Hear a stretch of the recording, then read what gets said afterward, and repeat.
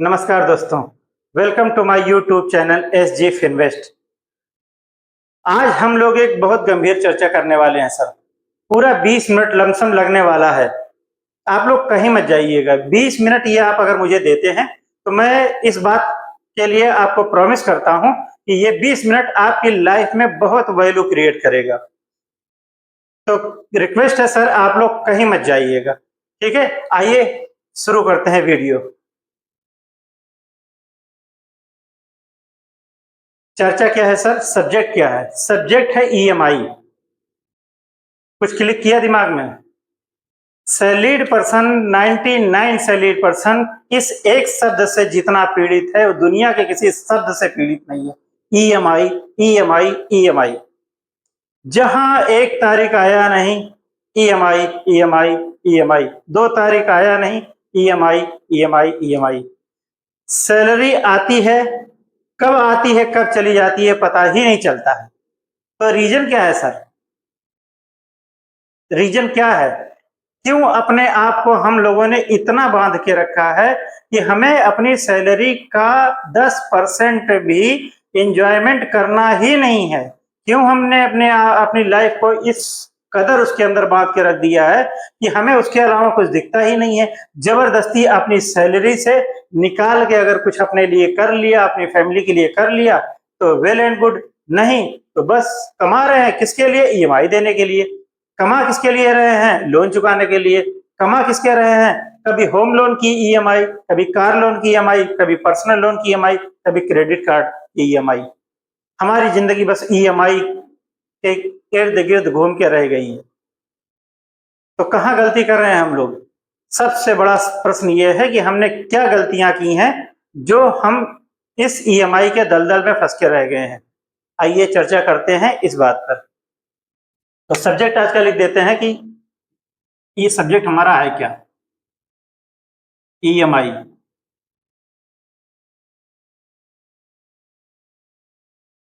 अगर आप लोगों को याद हो तो एक बॉलीवुड में मूवी भी बनी थी जिसका स्लोगन मुझे याद है, ईएमआई लिया है तो चुकाना पड़ेगा। ठीक है सर। सैलरीड पर्सन को बांध के रखने का, आप तो कमा रहे हैं सर, लेकिन उनको इस बात की ट्रेनिंग मिली हुई है, किनको? सारी फाइनेंस कंपनियों को इस बात की ट्रेनिंग मिली हुई है, इस बात का एडवर्टीजमेंट किया जाता है कि हमें आपकी जेब से पैसा कैसे निकालना है। हमें ऐसे सब्जबाग दिखाए जाते हैं, हमें इतना एम्बिशियस बनाया जाता है कि अगर हमने ये नहीं लिया तो हम जी ही नहीं रहे हैं। हम अगर एक बहुत अच्छा घर नहीं लिया तो हम जी ही नहीं रहे हैं। हमारे पड़ोसी हमसे पूछने लगते हैं, क्यों, अपना मकान कब बनाओगे? अरे भाई, हम नहीं बनाएंगे तो क्या आपके मकान में रहेंगे आके? हम रह रहे हैं ना, अच्छे से रह रहे हैं, किराए पे रह रहे हैं, पैसा दे रहे हैं उसका। लेकिन नहीं, लोगों को तकलीफ होती है। अपना मकान क्यों नहीं बना रहे हो, अपना मकान क्यों नहीं बना रहे हो? पड़ोसी पूछता है, रिश्तेदार पूछता है। और हम क्या करते हैं? सब के सवालों का जवाब देने के लिए एक होम लोन ले लेते हैं अपनी बजट से ज्यादा। हमारी सैलरी 1 लाख रुपए है, उसमें से हम 50%, 50,000 रुपए का ईएमआई बांध लेते हैं होम लोन के लिए। और कंपनियां करती भी क्या है सर? हम आपका 65% ईएमआई बना देंगे सर, हम आपको 75% तक का ईएमआई बना देंगे। अरे भाई, क्यों बना दोगे 75% तक ईएमआई? फैमिली कहाँ जाएगी उसकी? कभी इसका भी जिक्र कर दिया करो, उसकी फैमिली कहाँ जाएगी? कभी इसका भी जिक्र कर दिया करो कि उसके बच्चे क्या पढ़ेंगे, क्या खाएंगे। आपने घर बना लिया, सबसे पहले आपने 50,000, 1 लाख रुपए में से आपने 50,000 रुपए निकाल दिए। अब आपके पास बचे 50,000 रुपए। अब आपने सोचा, लोग तो अभी चुप नहीं होंगे। भाई साहब, आपने घर ले लिया इतना बढ़िया, वही गाड़ी हो जाए बढ़िया सी, बड़ी वाली। आप खुश? हाँ, कह तो सही रहे हो यार, ये वाली गाड़ी तो पुरानी हो गई है। सैलरी तो अभी 50,000 बचा ही हुआ है, एक गाड़ी फाइनेंस करा लेते हैं। अब आपने 15,000 रुपए कार लोन में दे दिया। कार लोन ईएमआई में आपने 15,000 रुपये दे दिया, सैलरी से 65,000 रुपये चले गए। और आइए अब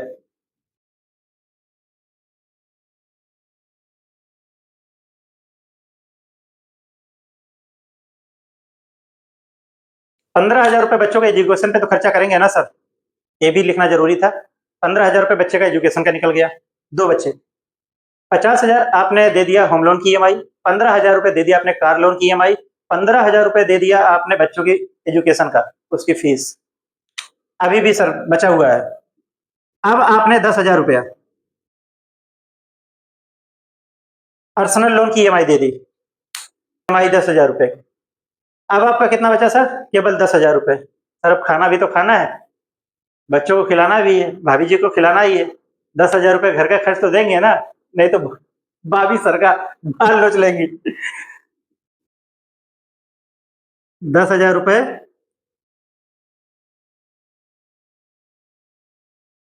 घर खर्च, टोटल 1,00,000 रुपए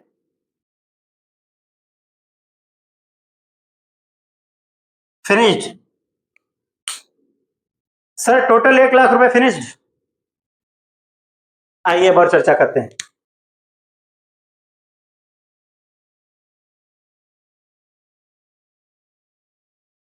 इन्वेस्टमेंट 0,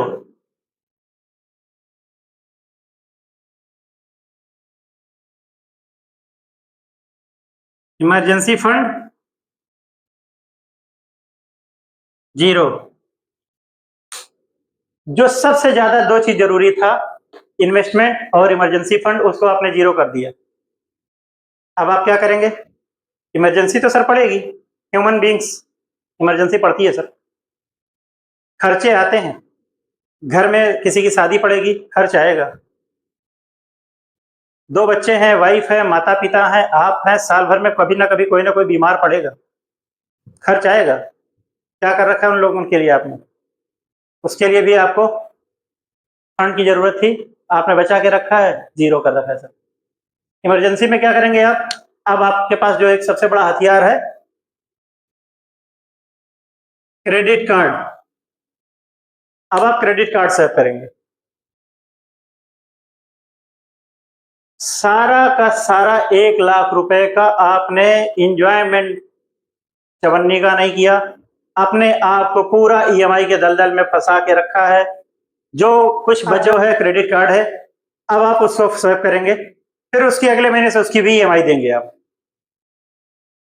फिर क्रेडिट कार्ड का बिल चुकता करने के लिए दोस्तों से लेंगे। पूरी की पूरी जिंदगी सर इन्वेस्टमेंट ना करके, सही जगह पर पैसा इन्वेस्ट ना करके आपने अपनी लाइफ को हेल बना दिया है। बात चाहते हैं कि आपका कोई जानने वाला गलतियां ये ना करे, तो मेरे कुछ टिप्स हैं सर, उसको थोड़ा सा समझने का प्रयास करें। क्या है वो टिप्स? आइए देखते हैं।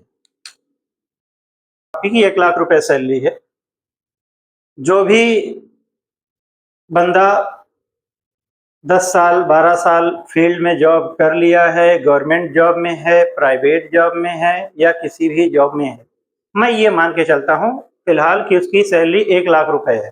अब उसको करना क्या चाहिए? उसको अपनी जिंदगी को स्वर्ग जैसा बनाने के लिए क्या कदम उठाने चाहिए, मैं बताता हूँ सर। रुपए सैलरी है, सबसे पहले 50,000 रुपए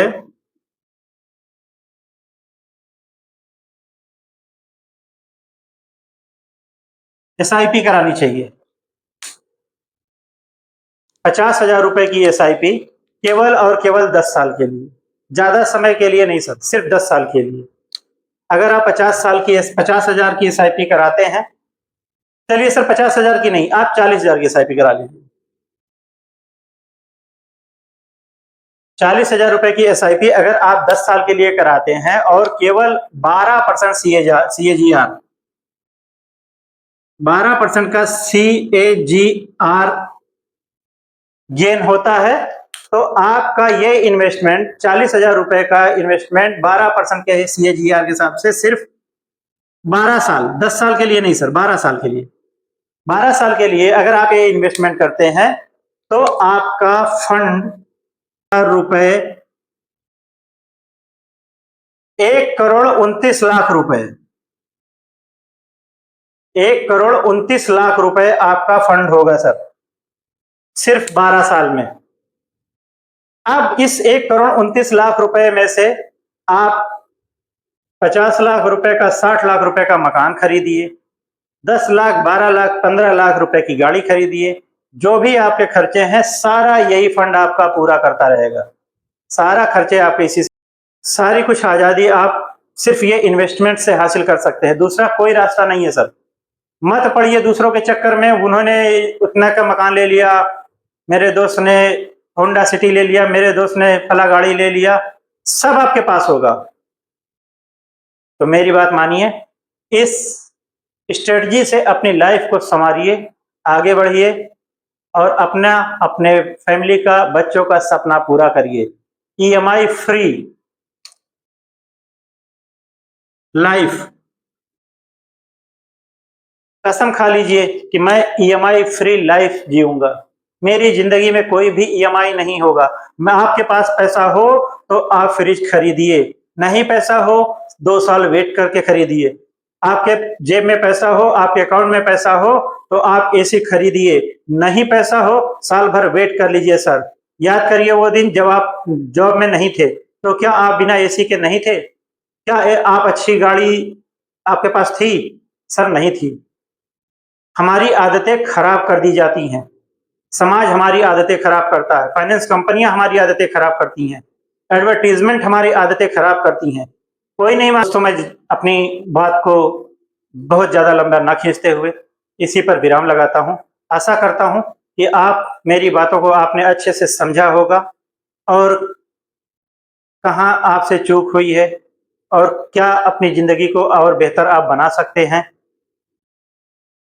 दोस्तों अगर आपको मेरा वीडियो पसंद आया हो तो इसे लाइक और सब्सक्राइब जरूर कर दीजिएगा। बड़ी मेहनत से सर आपके लिए ये वीडियो बनाता हूं ताकि आपकी लाइफ में कुछ वैल्यूएबल मोमेंट्स क्रिएट कर सकूं, आपकी लाइफ को कुछ बेहतर बना सकूं। और अगर मेरा ये वीडियो आपको पसंद आया हो तो लाइक और सब्सक्राइब जरूर करिएगा। नमस्कार।